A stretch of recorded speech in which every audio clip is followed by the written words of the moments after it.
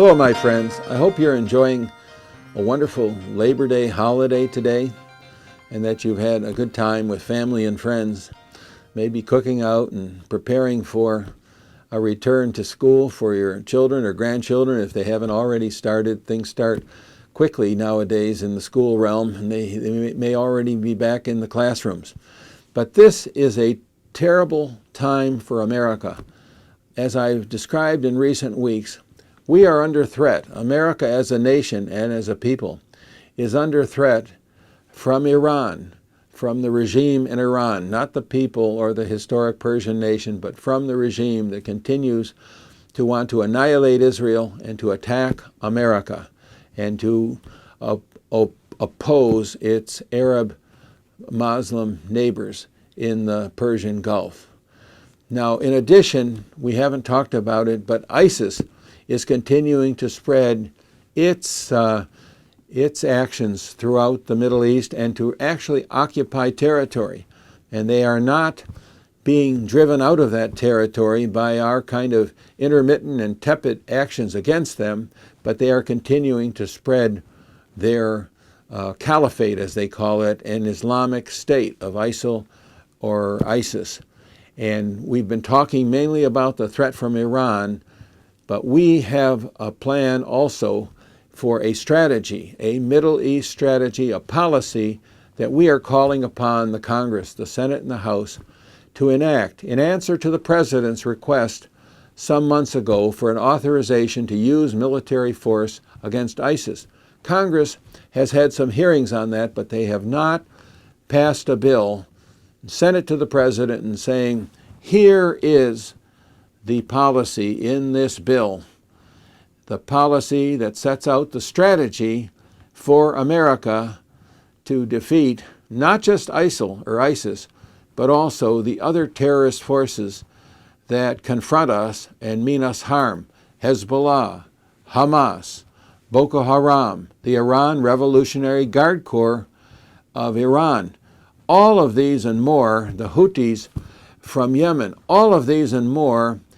cry death to America, and they mean it.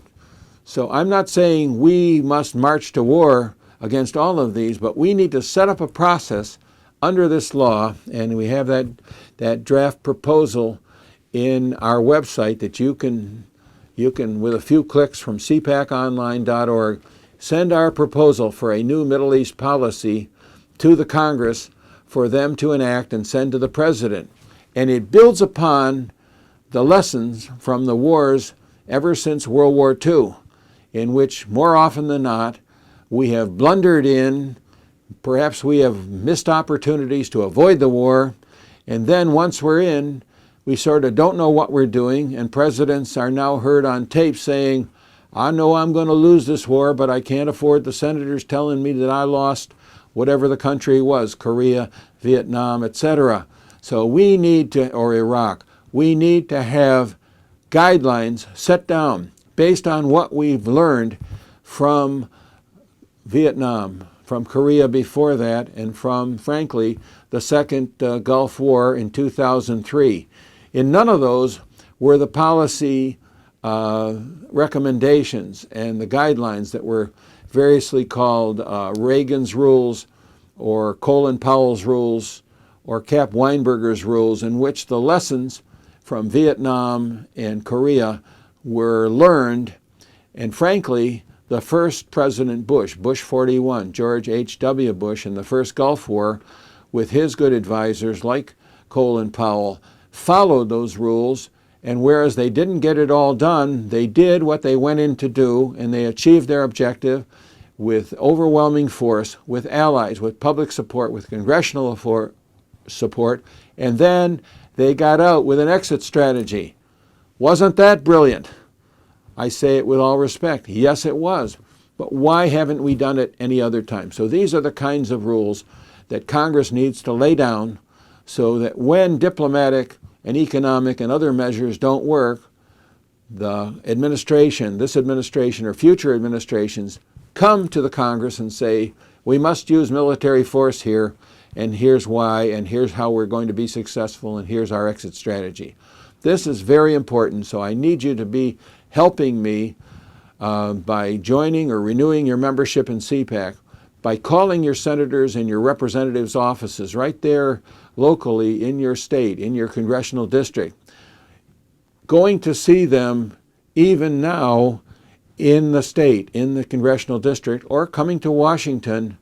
this week, tomorrow, and in the days ahead, the 8th, 9th, and 10th of September, Tuesday, Wednesday, Thursday, even Friday at the end of the week, even the first days of next week leading up to the 17th of September, when I expect there will be a vote on this terrible Iran agreement, to which we've proposed an alternative, which is comprehensive, clear, sweeping, and doable, proven from history. A lot of things to consider, but look at our website, www.cpaconline.org, for a unique list of legislative issues on which you can simply send letters, emails to your senators and your representatives, because I'm telling you,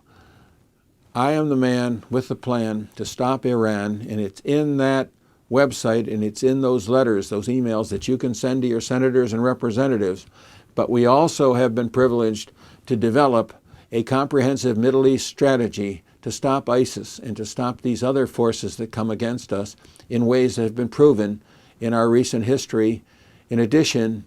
we were the first, and we still are the strongest, in developing federal legislation to stop boycotts, divestment, and sanctions against Israel by nations and other entities around the world. And there are still other very meaningful issues on which we can act, and you can see it on our website. And you also can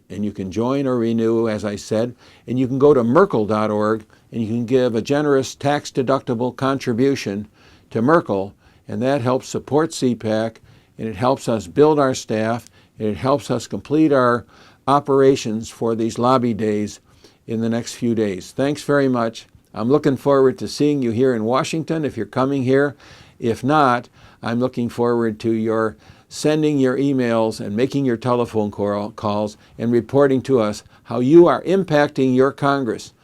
the first branch of government and the one that can defend America against these great threats to American national security that are growing every day. Thanks very much. God bless you, and see you soon.